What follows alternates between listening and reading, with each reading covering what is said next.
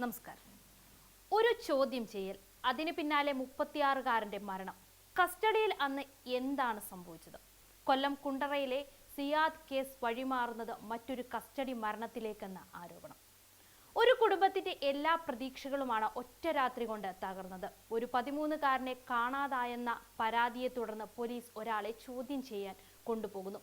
മണിക്കൂറുകൾക്ക് ശേഷം അയാളെ വിട്ടയക്കുന്നു. എന്നാൽ ദിവസങ്ങൾക്കകം അയാൾ ഗുരുതരാവസ്ഥയിൽ ആശുപത്രിയിലാകുന്നു. ഒടുവിൽ മരണം സംഭവിക്കുന്നു.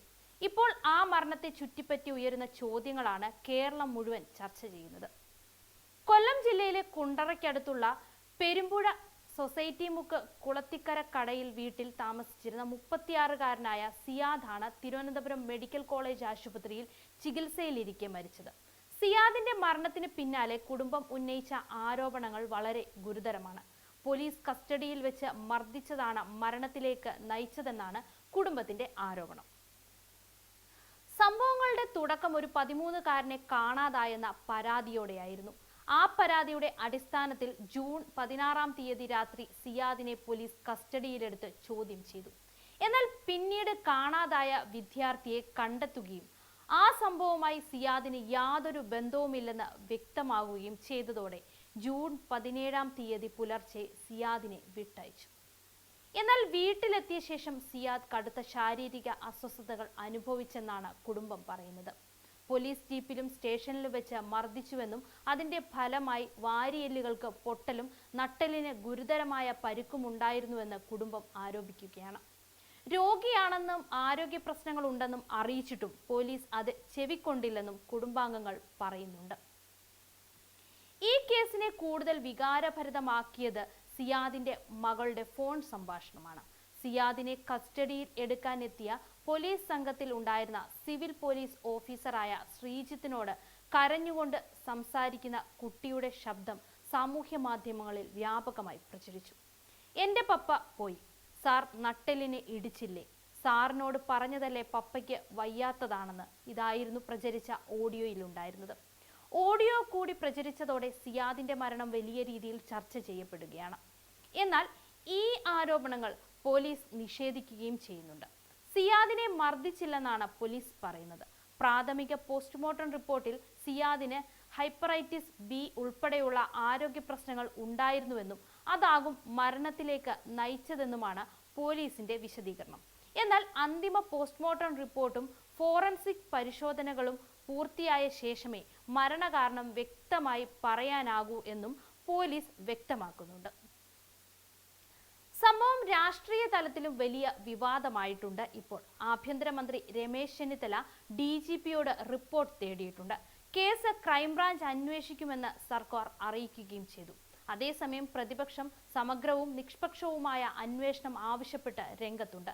മുഴുവൻ കുറ്റവാളികളെയും നിയമത്തിനു മുൻപിൽ എത്തിക്കണമെന്ന് പ്രതിപക്ഷ നേതാവ് പിണറായി വിജയൻ ഫേസ്ബുക്ക് പോസ്റ്റിലൂടെ ആവശ്യപ്പെട്ടു. കുടുംബത്തിന് നീതി ലഭിക്കണമെന്നും സത്യം പുറത്തുവരണമെന്നും വിവിധ രാഷ്ട്രീയ നേതാക്കളും ആവശ്യപ്പെടുകയാണ്. കേരളത്തിൽ കസ്റ്റഡി മരണങ്ങളെക്കുറിച്ചുള്ള ചർച്ചകൾ പുതുമയുള്ളതല്ല. പതിറ്റാണ്ടുകളായി ഇത്തരം സംഭവങ്ങൾ വലിയ പ്രതിഷേധങ്ങൾക്ക് കാരണമായിട്ടുണ്ട്. 1976-ലെ രാജൻ കേസ് കേരള ചരിത്രത്തിലെ ഏറ്റവും കൂടുതൽ ചർച്ച ചെയ്യപ്പെട്ട കസ്റ്റഡി കേസുകളിൽ ഒന്നായിരുന്നു. അടിയന്തരാവസ്ഥ കാലത്ത് അറസ്റ്റിലായ രാജനെ പിന്നീട് കാണാതാവുകയും ആ കേസ് ഇന്ത്യൻ നീതിന്യായ ചരിത്രത്തിൽ നിർണായക വഴിത്തിരിവാകുകയും ചെയ്തു.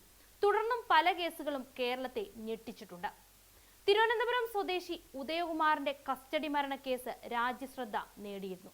വർഷങ്ങളായുള്ള നിയമ പോരാട്ടത്തിനൊടുവിൽ ചില പോലീസ് ഉദ്യോഗസ്ഥർ ശിക്ഷിക്കപ്പെട്ടത് ഈ കേസിന്റെ പ്രത്യേകതയായിരുന്നു.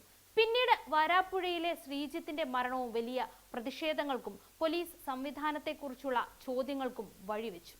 ഓരോ കസ്റ്റഡി മരണവും പുറത്തു വരുമ്പോഴും സമൂഹം ഒരേ ചോദ്യം ചോദിക്കുന്നു: പോലീസ് കസ്റ്റഡിയിൽ കഴിയുന്ന ഒരാളുടെ ജീവന്റെ ഉത്തരവാദിത്തം ആർക്കാണ് എന്ന ചോദ്യം ചെയ്യൽ എന്നത് നിയമപരമായ നടപടിയാണ്. എന്നാൽ ആ നടപടിക്കിടെ മനുഷ്യാവകാശങ്ങൾ ലംഘിക്കപ്പെടുന്നുണ്ടോ എന്ന ചോദ്യം വീണ്ടും വീണ്ടും ഉയരുകയാണ്.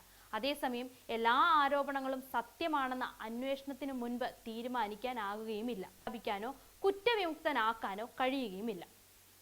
സിയാദ് കേസിലും ഇപ്പോൾ എല്ലാവരും കാത്തിരിക്കുന്നത് അതാണ്. ശരിക്കും എന്താണ് സംഭവിച്ചത്? പോലീസ് കസ്റ്റഡിയിൽ മർദ്ദനം നടന്നോ അല്ലെങ്കിൽ മരണത്തിന് പിന്നിൽ ആരോഗ്യ പ്രശ്നങ്ങളാണോ? ഈ രണ്ട് ചോദ്യങ്ങൾക്കും വ്യക്തമായ മറുപടി നൽകേണ്ടത് അന്വേഷണ സംഘവും ശാസ്ത്രീയ തെളിവുകളുമാണ്. ഒരു ജനാധിപത്യ സമൂഹത്തിൽ നിയമം എല്ലാവർക്കും ഒരുപോലെ ബാധകമാണ്. കുറ്റാരോപിതനായ ഒരാൾക്കും നിയമം ഉറപ്പു നൽകുന്ന അവകാശങ്ങളുണ്ട്. അതുപോലെ തന്നെ കുറ്റം ചെയ്തിട്ടുണ്ടെങ്കിൽ ആരായാലും നിയമത്തിനു മുൻപിൽ ഉത്തരവാദികളാവുകയും വേണം. ഈ കേസിന്റെ സത്യാവസ്ഥ എന്താണെന്ന് കണ്ടെത്തുക എന്നതാണ് ഇപ്പോൾ അന്വേഷണ ഏജൻസികൾക്ക് മുൻപിലുള്ള ഏറ്റവും വലിയ ഉത്തരവാദിത്തം. സിയാദിന്റെ മരണത്തിന്റെ യഥാർത്ഥ കാരണം എന്തായിരുന്നു എന്ന ചോദ്യത്തിന് ഉത്തരം ലഭിക്കുന്നതുവരെ ഈ കേസ് കേരളത്തിലെ ഏറ്റവും ശ്രദ്ധേയമായ അന്വേഷണങ്ങളിൽ ഒന്നായി തുടരുമെന്ന കാര്യത്തിൽ സംശയമില്ല.